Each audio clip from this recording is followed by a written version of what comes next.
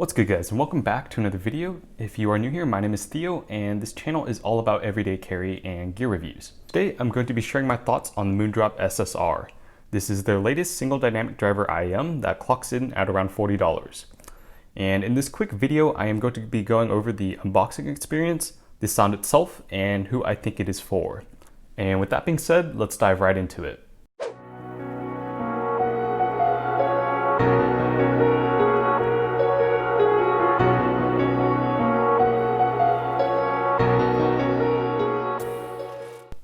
Okay, so the whole unboxing experience is pretty clean, and Moondrop's definitely gotten better at this, coming from their previous IMs.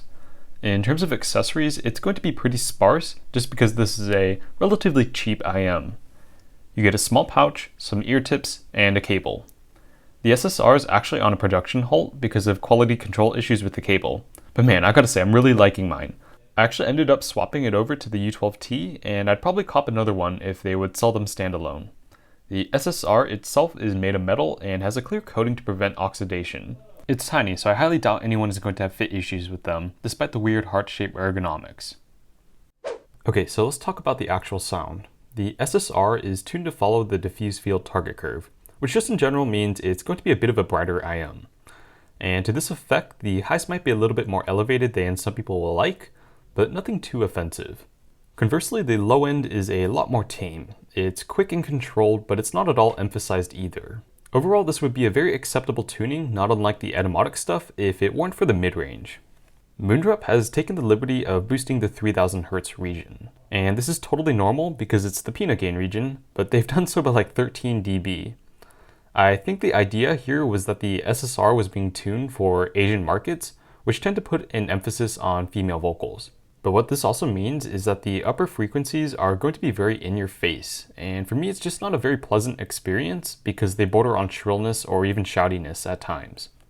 Anyways, the tonality isn't exactly ideal, but at least Moondrop hasn't completely dropped the ball here.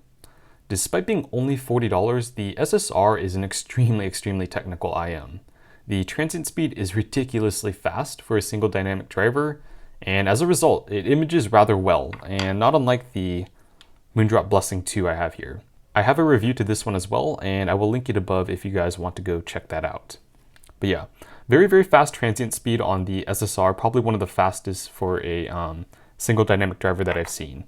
And in fact, it even beats out the KXXS when it comes to pure speed. Ironically, I'm guessing that this is aided by the sort of thin, hollow nature to notes on the SSR, and it also gives it a sort of larger than average soundstage.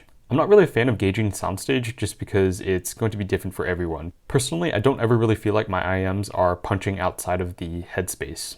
Yeah, overall, this is a very technically competent IM that easily trades blows with stuff even in the $200 range, which is impressive to say the least. Alright, so let's talk about who this is for. If you prioritize technical performance above all else, then yeah, I'd just cop the SSR because I think there's very few IMs that compete at this price point. Once you throw tonality in the mix though, it definitely becomes a bit more of a niche IM. If you are tolerant to shout and like your female vocals right in your face, then yeah, I could definitely see it being a consideration. But I would definitely stay away if you are a basshead or sensitive to the upper frequencies. Okay, so just in general, I think Moondrop's other IMs, the Starfield and the Blessing 2, are probably better value propositions given their respective price points. The SSR just doesn't have the safe tuning that those other IMs have, despite its very good technical performance. On a scale of 1 to 10, with 10 being the best sound that I've ever heard, I would probably rank the SSR at a solid 3.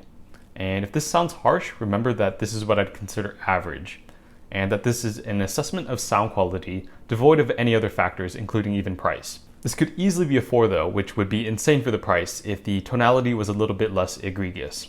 Anyways, at the end of the day, the SSR is still a pretty solid entry from Moondrop and for someone interested in getting to know their house sound.